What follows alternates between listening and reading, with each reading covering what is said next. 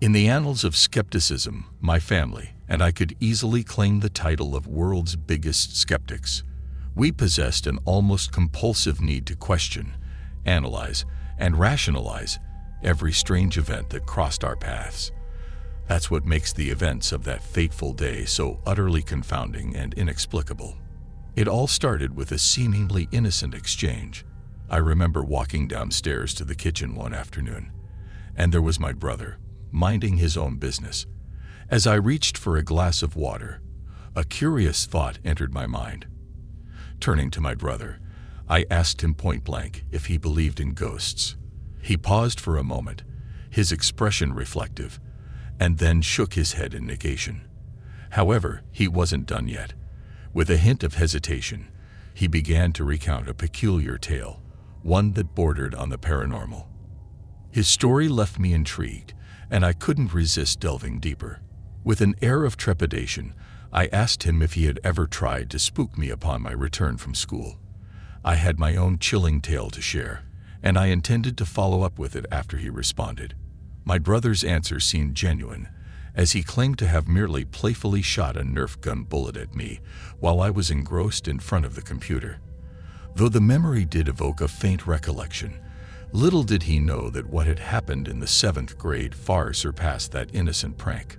Summoning my courage, I decided to recount the inexplicable incident that had occurred during my 7th grade year. It was the beginning of a new school term, and I returned home one evening to find myself alone in the house. Both of my parents were working late, and my brother was out with friends.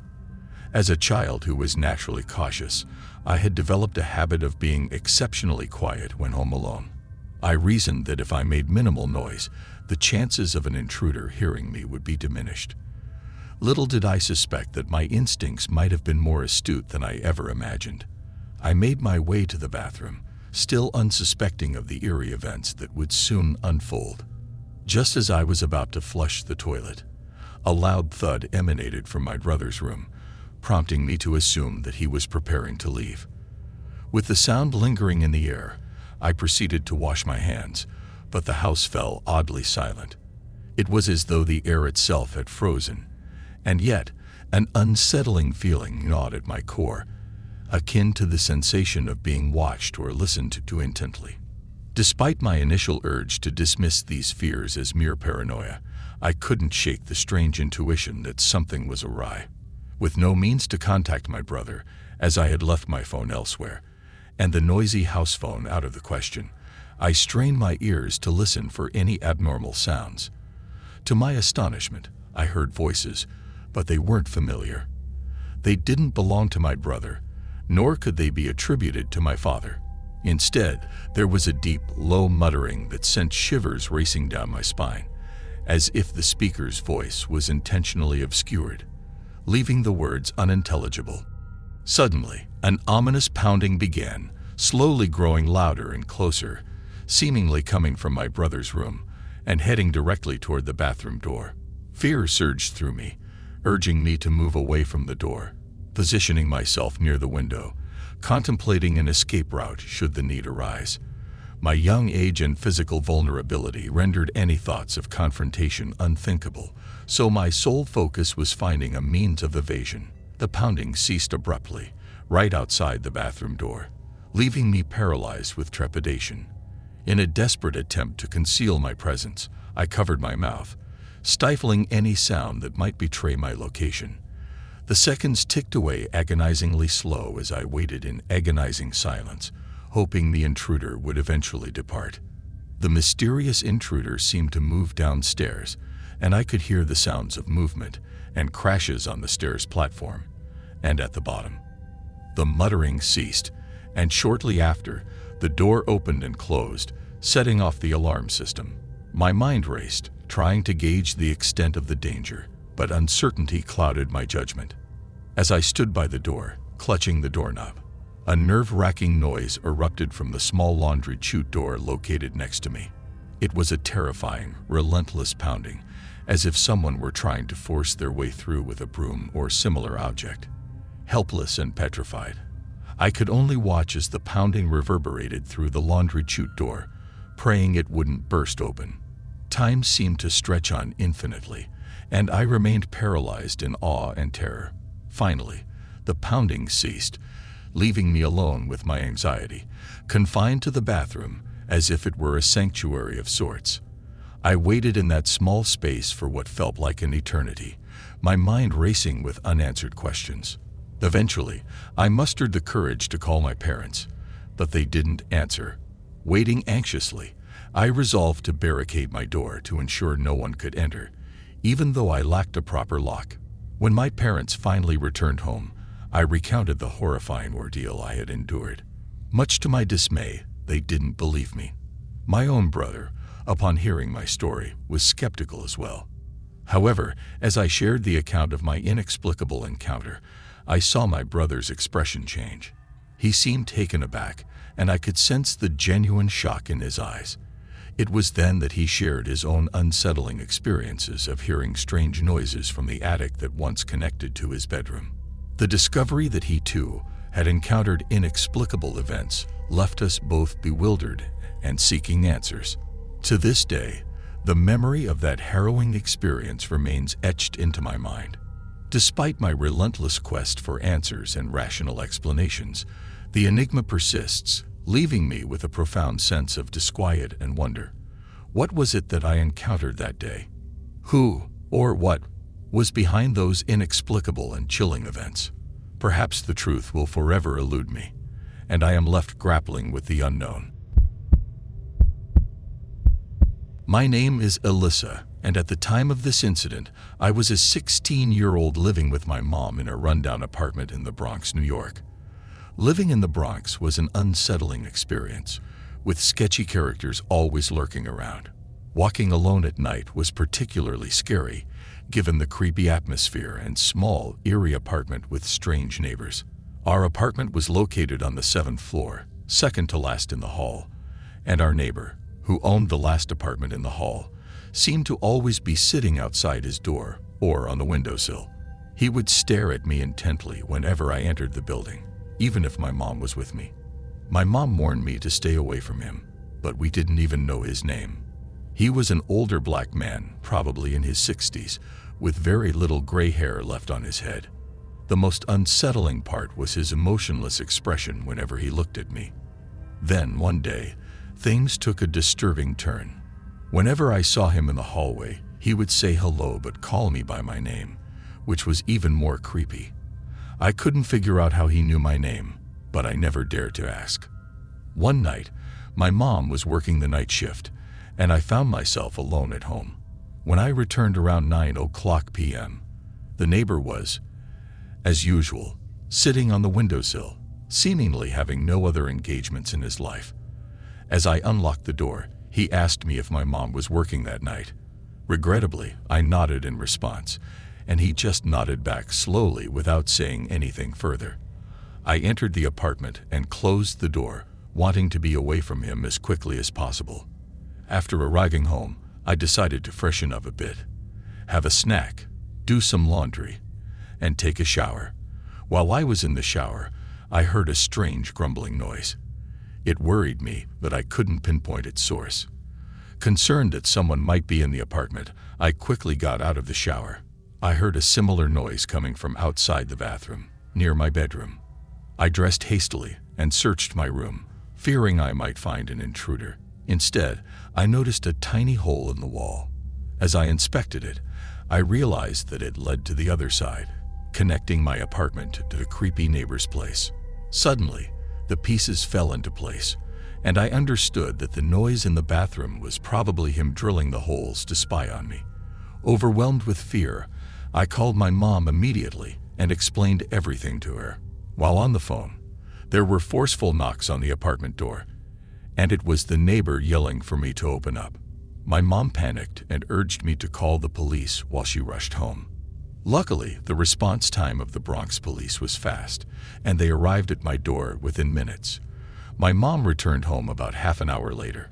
We decided to press charges against the neighbor for stalking, invasion of privacy, and criminal mischief. As a result, the apartment building evicted him, and he was responsible for covering the expenses to patch up the holes he had drilled. The memory of that fateful camping trip with my friend Hall still haunts me to this day, as vivid as if it happened yesterday. Hall, an Eagle Scout and an ardent lover of nature, often embarked on solo camping trips, immersing himself in the wilderness to reconnect with the raw essence of the outdoors. Intrigued by his passion, I couldn't resist the opportunity to join him on one of his adventures. One fine weekend, Hal's girlfriend, Maya, was to accompany him on a camping escapade. Curiously, I received a last-minute invitation to join them. Excited yet apprehensive about the idea, I agreed, and soon we found ourselves carpooling to an undisclosed location that Hall had handpicked for this particular journey. Hall had always been adamant about avoiding regular campsites, believing that true camping experiences could only be found in the seclusion of nature, far away from the crowds. He navigated us down a remote dirt trail, hidden amidst an obscure dead-end road that only he seemed to be familiar with.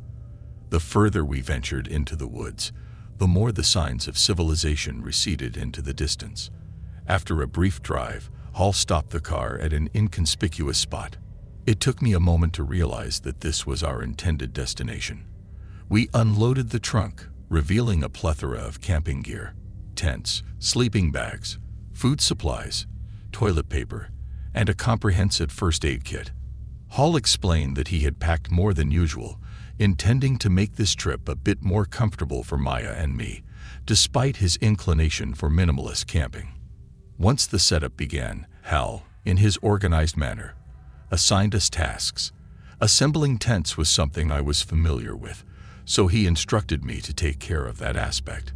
Maya stayed close, assisting with the tents and helping to unpack some of the supplies. Meanwhile, Hall ventured into the woods in search of dry firewood. As the sun began to set, Hall returned with an ample supply of wood, enough to ensure a warm and inviting campfire. We gathered around the crackling flames, sipping on drinks, and exchanging tales from the past.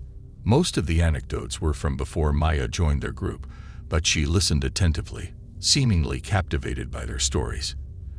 As the night descended, the dark canopy of the woods enveloped us, and the ambience turned eerie. Maya, unfamiliar with their habitual revelry, soon decided to retire to her tent, leaving Hal and me to continue our chat, albeit in hushed tones, so as not to disturb her. The serenity of the night was short-lived, for we soon found ourselves on edge. Hall abruptly signaled me to be quiet and listen. Footsteps echoed in the distance, faint but undeniable, emanating from beyond the reach of our fire's glow. Hall, with his wilderness experience, confidently suggested it might be a deer wandering in the vicinity. Yet my mind couldn't help but conjure images of bears or other dangerous creatures that might lurk in the darkness. As we strained our ears, the footsteps persisted, their rhythm becoming increasingly unsettling. Soon, they blended with an enigmatic clicking and growling, unlike any animal sound I had encountered before. Shadows danced eerily on the tent walls, and my heart pounded fiercely in my chest. Panic set in when I spotted a looming, nightmarish silhouette pass by my tent, sending shivers down my spine. Suddenly, Maya's terrified scream pierced the night air, jolting us all to our feet. Fear now consumed us, and Hall urgently urged us to flee the campsite. Without hesitation, we rushed into the darkness, driven by the instinct to escape whatever was responsible for Maya's distress. In the chaotic scramble, Hal managed to guide us back to the car, a faint sliver of hope amidst the terror. The adrenaline-fueled race led us through the dark woods where we ran blindly, with no flashlights to aid us. The invisible pursuer seemed relentless, the footsteps echoing closely behind me as I sprinted. Finally, we reached the safety of the car, and without looking back, we each took our respective seats. Hall revved the engine, and with a sense of desperation, he drove down the same dirt trail we had arrived on. It was a nerve-wracking task to turn the pickup truck around in the dark forest, fearing we might collide with a tree at any moment. I suggested turning off the headlights to avoid detection, but Hall insisted he needed them for maneuvering. In a tense sequence of back-and-forth maneuvers, Hal managed to point the car in the right direction, and with a burst of acceleration, we sped away from that horrifying place. As we left the scene, we abandoned all of our camping gear, worth a substantial sum, but the urgency to escape overwhelmed any thoughts of retrieval. Back on the road, with the distant forest now behind us, we finally allowed ourselves a moment to catch our breaths. The adrenaline slowly waned, but the fear and uncertainty lingered like a persistent shadow. We couldn't shake off the sense of dread, nor could we explain what had transpired at that eerie campsite. Over the years, we attempted to make sense of that night, seeking logical explanations for what we had experienced. Could it have been an encounter with an unknown creature, an otherworldly presence, or simply a vivid imagination fueled by the dark and isolated surroundings? Despite our inquiries, we never arrived at a satisfying answer. Hall remains adamant that he has never encountered anything like that before or since that eerie night. The bizarre clicking and growling noises, along with the imposing bipedal shadow, continue to defy explanation. As for Maya's scream, we can only attribute it to sheer terror and the unknown. Perhaps some experiences defy rational understanding, defying explanation and dwelling forever in the realm of the unexplained. That night, in the heart of the wilderness, we encountered a terror that seemed to transcend the natural world, and its enigmatic presence serves as a constant reminder that some mysteries remain beyond our comprehension. Despite the passage of time, the memory of that one inexplicable and horrifying encounter during our camping trip will forever be etched in our minds, haunting us whenever we delve into the world of the unknown and the unexplained.